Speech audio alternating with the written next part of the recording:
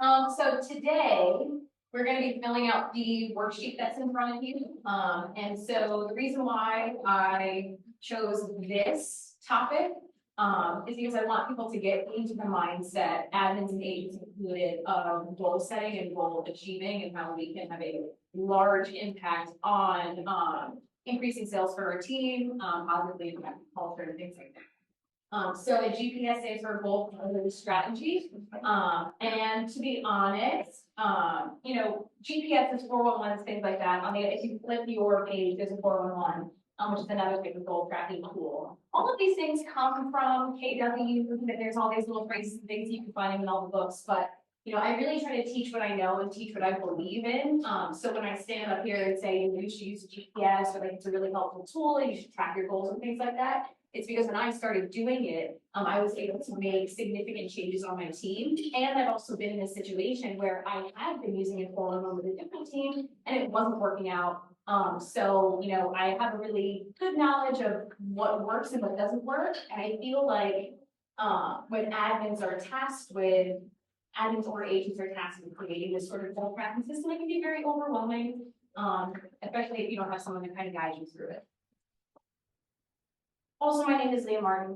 I am the KW Power Operations Ambassador. My pronouns are she, her. I'm the Listing and Operations Manager of the Summers team, and amongst other things. So, yeah.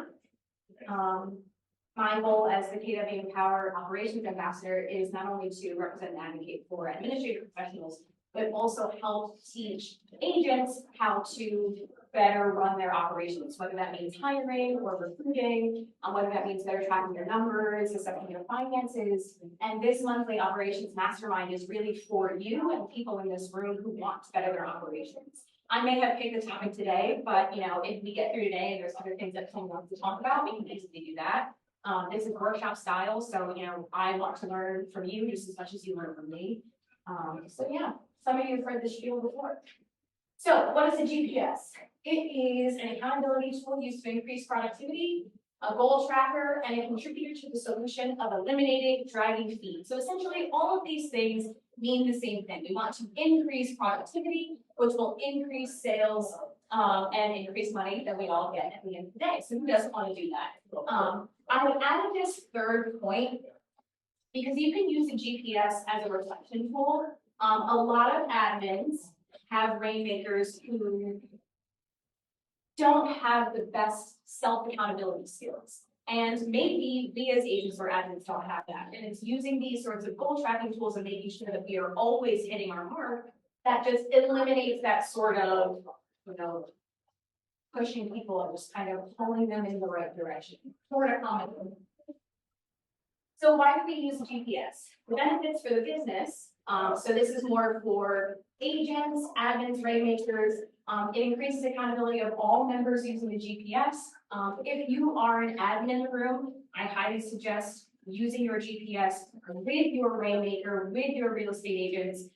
If you are a rainmaker, use it with your admin, use it by yourself. But everybody who is on this GPS will get tasks, they'll have responsibilities, and we can all hold ourselves accountable, and we can all have agreed upon goals.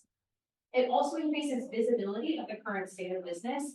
Again, we're using this tool to set goals, which means we have to analyze where we're at right now. And we can't get to where we want to be without looking at the current state and then setting tasks and steps to reach that goal. So the GPS helps break that down. It also increases productivity, again, because we're increasing accountability and visibility of our current state of business. So benefits for the admin. Ownership of goals. So I really believe in leveraging admins and making them, these top-notch people that their rainmakers rely on and can trust. Admins oftentimes have a different skill set than rainmakers and agents, where rainmakers are really good at sales and they're really good at just go and inspire people and being amazing. And then the admins have this other skill set where they are good at organizing and paying attention and catching all these things. So when the admin has ownership of the direction of the business, it can help the rainmaker kind of see a little bit more clearly and see, where we need to cut expenses or where we need to hire. It just kind of helps that balance because there is someone paying attention to the administrative side of things. It also increases leverage. So for the admins in the room, that do know me, they know I'm very passionate about, making people, I want your rainmakers to look at you and be like, wow, I need to get this person a raise. Wow, this person deserves more opportunities and I need to back them up and they are like a real professional in this business and I love it. So increases leverage as far as, you being a professional in this business. If you like being a personal assistant, great. If you like being an administrative assistant, great. But for those of us who are trying to advance more in operations and taking ownership of our role, this helps with that. And then it's also a reliable reflection tool that can be used in performance improvement plans. You can use this with your rainmaker or you can use it with an agent. You can use it as a 30, 60, 90 tool so that everybody can achieve common goals. So how to start? What you need, rainmaker support and commitment and consistency. So when I say rainmaker support, it's really hard as an admin to use a GPS by yourself because oftentimes your goals can't be accomplished without the salesperson backing you up.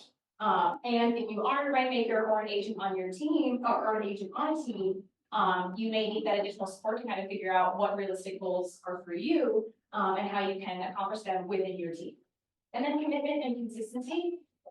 So a tracking system, and I talked about this 2 masterminds ago, is essentially useless if you're not reflecting on what you're tracking.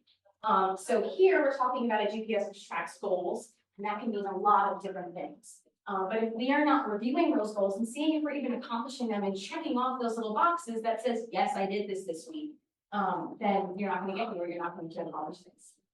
For example, I have a GPS with one of my rainmakers who is more like a COO than CEO. Every single Monday, I take our tasks for the week, which are broken down by our goals. I email that to her, and then on Wednesday, I meet with her in person, and we look at the GPS every single week and reassess our goals. Or we say, we didn't accomplish this week, we need to push it, we need to modify it. And because we've been using this so seriously, and for a while, we've been able to just consistently sort of accomplish things, increase sales. We have recruited I think 8 or 9 agents to our team. And a huge part of that was just committing to goals and accomplishing them. So how do you complete it? Essentially, you find a problem, you propose a solution, and then you write down the steps. That's super easy, right? So if you're in operations or you're a rainmaker, oftentimes you can break down your priorities, and we'll learn what that is into 3 different things because these are the same leverage, but this is going to look different for everyone. Okay, so the workshop is about to begin. Okay, cool. So I want everyone to take a second to think about their one thing. Think about your one thing. What is your one problem in your business? Thank you. Do you not make enough sales? Do you need to get more reviews? Do you need to get more referrals? And I have some examples up here with different positions. Like for example, transaction coordinator or listing manager might not be able to fill out the entire GPS because their problems or their goals might be limited. But there are things that as a transaction coordinator or listing manager that you can do to increase sales and to contribute to your sales of your team. And if you contribute to your sales at the end of the year in your yearly review, you can say, I earned the team X amount of dollars, so I deserve to make 5% more. So with a marketer, you can try to increase team engagement on social media, team engagement when your agents post and people see that they post, they want to use them. That also contributes to increased sales. Increased likes, views, follows also contribute to increased sales. A director of operations, hiring administrative staff, improving culture, reviewing the financials and cutting expenses. These are all things that literally equal out to real dollars. And your rainmaker is going to want to see those sorts of things. Okay, so does anybody want to be a really brave soul and talk about maybe what their one goal might be? And I'll also review the GPS a little bit and how that sort of works. So you have a goal. It's not on here for some reason in this little sheet right here. So you have a goal, you write it at the top, and then you break it down into 3 priorities, how you're going to accomplish that. and then you break it down into 5 strategies. So I'm actually going to open up a sample GPS.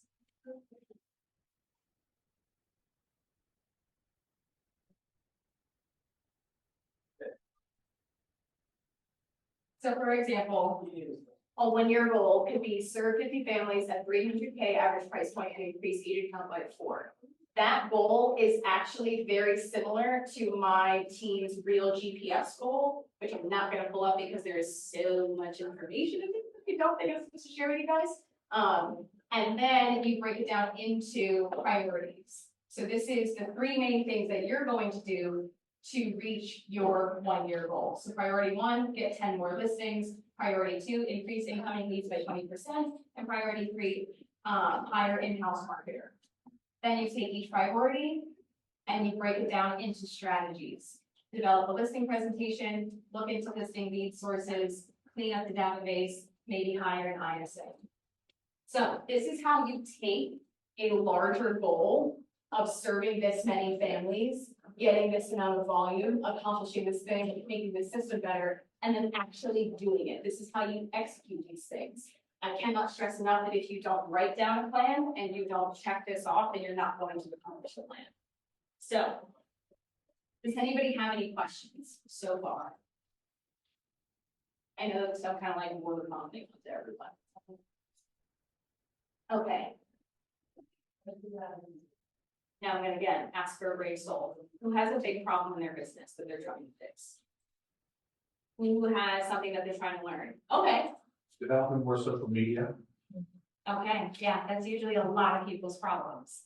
So, let's see what we can sound with it. Are you trying to hire someone to do that? Or are you trying to do I'm it trying to yourself? sell myself. I'm trying to use some of the assets from Google, including Google Maps and also being sharing experiences with the Google Maps and getting a file on the table of trend setting. But I like Google. Google's been very, very effective for me. And you have like a business page, like a business profile on Google? No, that's what I want to add.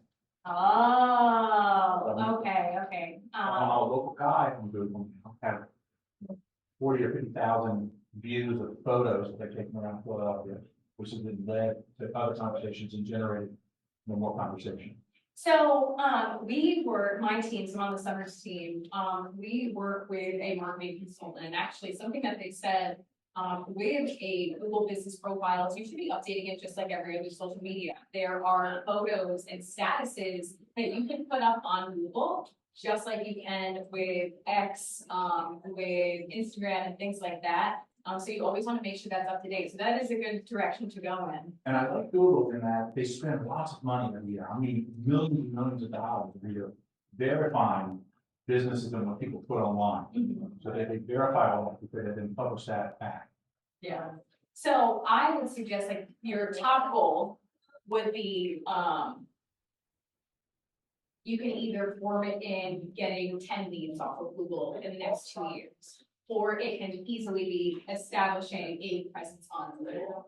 And then you would break that down into 3 different priorities, the 3 biggest things you're going to do. The first one's going to be setting up the Google profile. The second one's going to be, looking up educational tools and YouTube videos on how to best execute and best post the best times.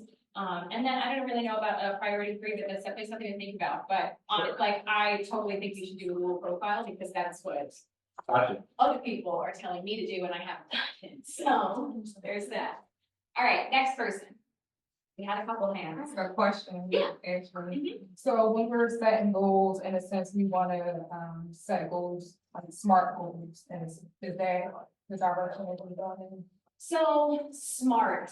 I'm trying to think of what that. There's an acronym for that. SMART. Yeah. Yeah. Thank you. What does it stand for? Specific, measurable, accountable. Results. Time-based. Yeah. Time-based. Time-based. Yes, exactly. This is like a principle. It's something to apply to your goal setting. To make sure that every single one of those letters in SMART is hit, that it's scalable, measurable, I can't even remember what the rest of them are. Specific, thank you. And Yeah, so do you have something in particular that you want to workshop in that way? I'm still thinking about it, but definitely leveraging like social media to, I think a good rule of thumb is like, everyone has this problem, right? If you're not a natural influencer, if you don't naturally like know when to post and take good pictures, just try to be as organic. If you like to travel or if you like to cook, like it can be real estate, but think about, maybe other things in your life. In social media, a lot of people post just real estate, which is fine. If that works for you, great. What I've been learning is that, try to be a person too. Right. Like you shouldn't have a separate business page. It should all just be into one. Someone that's really good at posting, Mon Kramer, is really good at that. Stacy Bridle, just people who, there's some people who's brokerages that like really know how to, integrate their personal and their business. It's fantastic. So, with social media, you can kind of get down a rabbit hole. So getting more specific and using that smart can really help, just kind of figure out a goal. So, and then we always have classes here. If anybody knows any upcoming ones, they should know. Yes.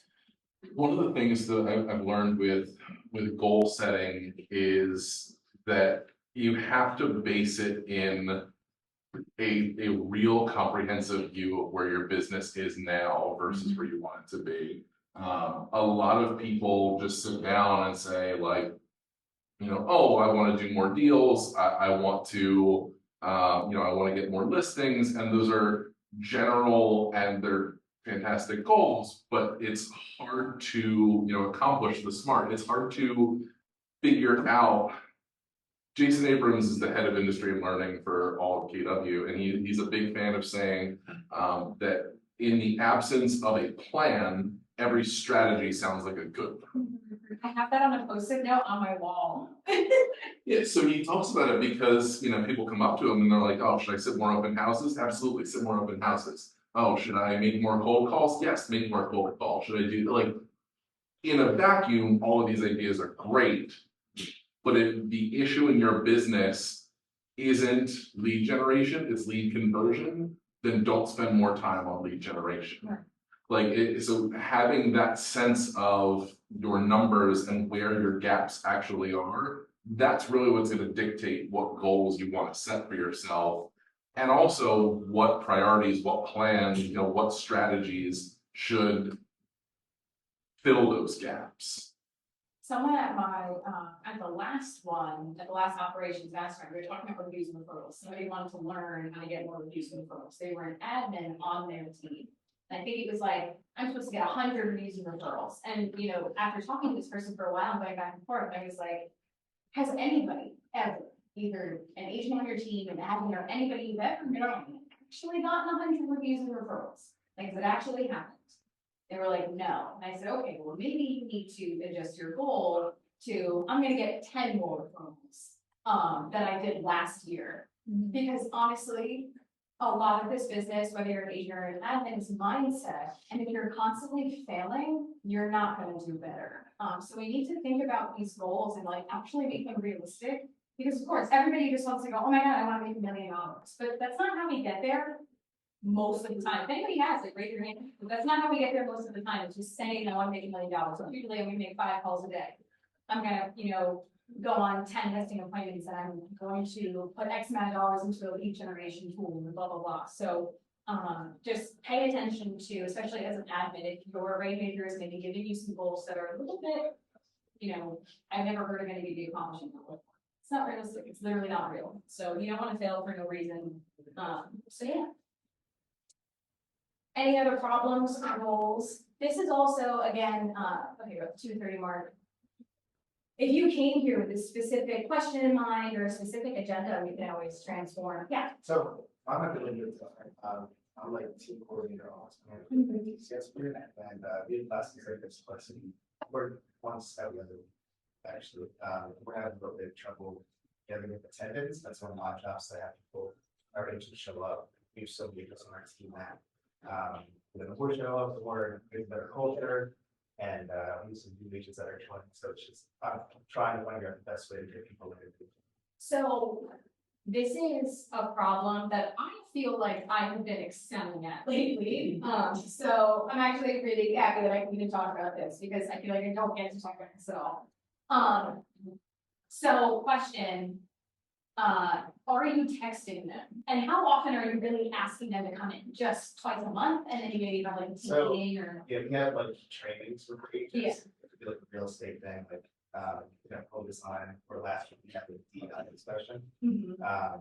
And I will usually like send out a group email a week before, and then follow-ups here and there, and then we, have been recently breaking down our agents by like 5 or 6 people coming to our on our team, and they've been reaching out personally.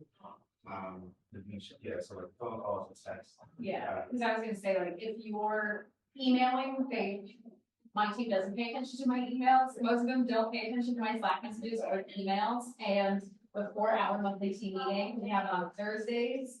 Despite having a calendar invite, multiple emails, Slack messages, I text every single one of them. Which I don't know if that's something you can do on, because there's like a million, and there's only 30 of us. So I text every single person, I'm like, reminder that this is happening this week, if you can't make it, please let me know. There's also the rabbit hole of reflecting on your educational content. Have you reached out to them and asked them what they want to learn? Because we also do an educational thing once a month. And it really doesn't go anywhere unless we really get them involved. Like we brought an appraiser in for them to just see questions and things. So have you been getting feedback from them? Yeah, the year sent out like a survey to the team, and only 2 people responded, which has been another issue. So Yeah. we did get it. The issues you're having is also the issues that the KW Powers Education Committee is having with the entire. So, continue. Yeah, I got a couple, ideas. Yeah. As they want to see, I ended up actually setting them up for trainings. But Yeah, again, it's just like having people respond to that, it's even like, Yeah. once we get to it, Yeah. And at this point, we're turning into the conversation of, it seems like the admins are doing everything that they can do, everything that I would recommend, which then brings in, what does the culture look like, from your rainmakers and from the leadership of your team? Are they showing up to these things? Are they reaching out? It may be that they need to do things. And sometimes it gets to that point maybe as well, where I have to look at my rainmaker and say, they're not listening. And they don't look at me like I'm the boss. They look at you like, they're their boss. So, yeah, it's possible. And honestly, not everybody likes to have a conversation about culture or showing up in the office more. But to raise it with your rainmakers, if they show up more and they engage in a positive culture, at least from my perspective, sales have gone up because of that. My agents are coming into the office, working together, scrubbing their databases, even if they're coming into the office for a couple hours once a week, it was more than they were doing any other time. So just, increasing that sort of presence and then having their rainmaker there. I also implemented my rainmaker calling 2 agents a week on the team to just check in and be like, hey, and things like that. So if people feel like cared for, they'll get more involved. Because it seems like as far as giving them notice, providing them good content, and trying to involve them in things, you're doing all that stuff. And so now it kind of needs to be a culture shift from the top down, and maybe at the next team meeting saying, if you haven't already, we're not getting engagement in this way, and we're really passionate about you guys and being the best agents possible. I know you all need things, what is it? Because we're kind of just here and you're not really engaging. We called out our team like that too, and they were like, sorry, we'll be here. So yeah, it's tough. That's one of the hardest things, is getting people in. Does anybody else have that problem with their teams? Like, you're on my team, so. Yeah, I do. Yeah, nobody comes in office ever. It's just, it would be on its list. I think one of the best things that you can do is get 1 or 2 agents from the team to buy in and feel the value.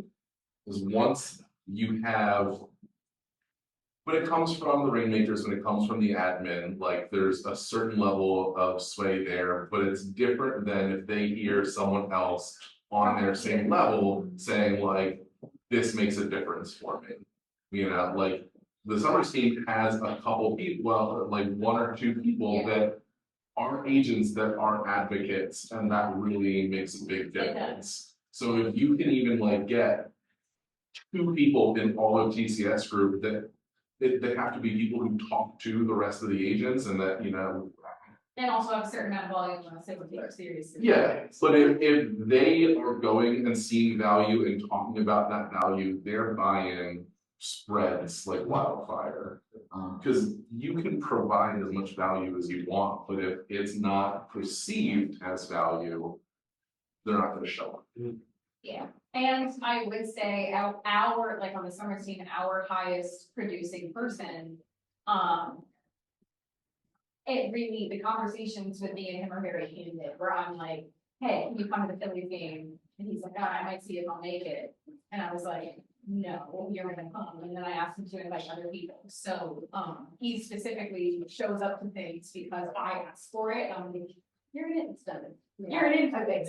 And you're an infant. So you need to show up and like be that and be involved. So yeah, getting that commitment from people as well. So we're part of a team.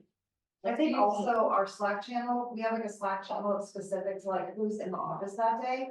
And I think that gets more people to like wanna come in because they see like, we're in the office, obviously, but once the agents start kind of weighing in, it's like, oh, there's more collaboration happening. We also have a fun things Slack channel where we post just like if we're, some of us are DJs and some of us, one of us owns a burlesque studio, so if she's putting on a show, one of us co-owns a restaurant, so if they have a special thing, just kind of like being a little more personal, like how Mary's team is. Mary checks in and like learns about her team's virtual assistants, even though they're not here, like taking the time to kind of contribute to that positive culture and getting to know people is actually very effective. And then that whole journey of creating these larger relationships and more meaningful relationships increases their commitment, and then they show up to classes whether or not they care. They're like, oh, someone cares about me, I'll show up. It's kind of how I got some people in here today. Any other comments on that? It's a struggle. It's a struggle. We have the empowered struggling with it. We don't know what to do. The bigger you are, the harder it becomes. It's increases the number of those core people that you need. If anybody has any operations classes that they want, or to bring anybody in, just, let us know. I'm on the education committee, just tell them. So there's also that. All right, anybody else have any challenges, goals that they're having trouble with, tough conversations that they need to have? Are you here for a specific reason? That wasn't because you just like seeing me and hearing me talk. I know. Yeah, Mom. It's fine, we can end 20 minutes early. I mean, does anybody actually want to fill out their GPS? No. Yes, but It's a work in progress, and thank you. yeah. All of these conversations are very large and take a lot of time to have. And when you start going down this rabbit hole of all the possibilities of how you can make your business better, it can be very overwhelming. So this is what these masterminds are for. I feel like doing this for the past 5 years and being in the past 5 years and watching a lot of other people go through their journeys, I've seen a lot and I've worked pretty much every position. So I'm just here to help so that everybody can have more money. That's why I'm here. Get more money for yourselves.